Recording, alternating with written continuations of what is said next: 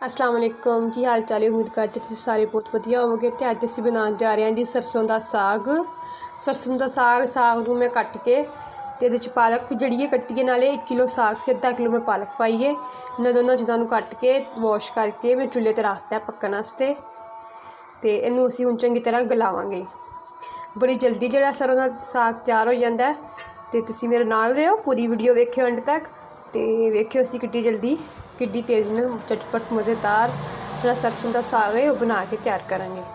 तो चलो हुण असीं इंतज़ार करने चुल्हा चला के ते इहदे पक्कण दा ते गलन दा। जो गल जाएगा फिर अगला प्रोसेस की फिर तुहानूं दस्सानी है नाल नाल मैं वीडियो दे विच।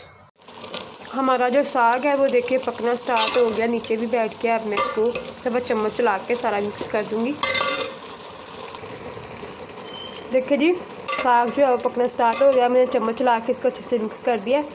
अब हम इसके गलने का जो इंतज़ार करेंगे। इसमें मैं थोड़ा सा पानी भी ऐड करूँगी। मैं इसमें 1.5 गिलास के करीब पानी ऐड करूँगी। पानी ऐड करने के बाद देखिए काफ़ी ज़्यादा इस पर पानी है, साग ने अपना भी पानी काफ़ी ज़्यादा छोड़ दिया। अब हम इसका इंतज़ार करेंगे गलने का।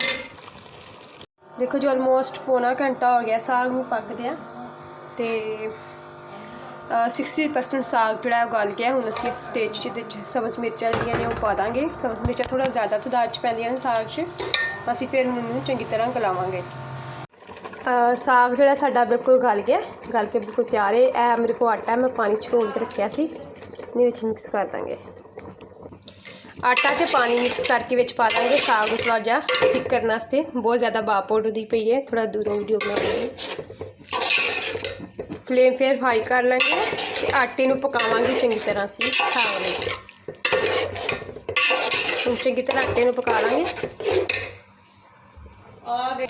देखो जी साग जिहड़ा आटा पाया सी काफ़ी हद तक जिहड़ा है गाढ़ा हो गया है। तो हुण आपां इहनूं जिहड़ा है ग्राइंड करांगे।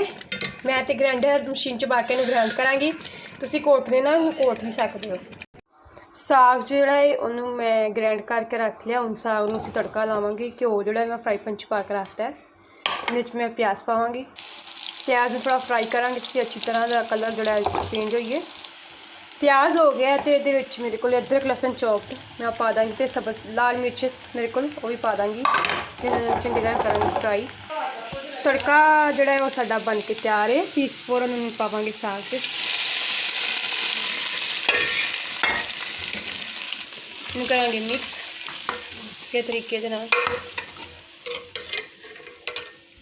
लो जी साढ़े साग जिहड़ा है उन्हें तड़का है गया है तो तड़का लग गया। तो बहुत ही वधिया साग बन के तैयार होया। हुण तुहानूं तुहाडे कोल इजाज़त, बहुत जल्दी मिलांगी एक नवी वीडियो दे नाल। अपना बहुत सारा ख्याल रखना, दुआवां च याद रखना।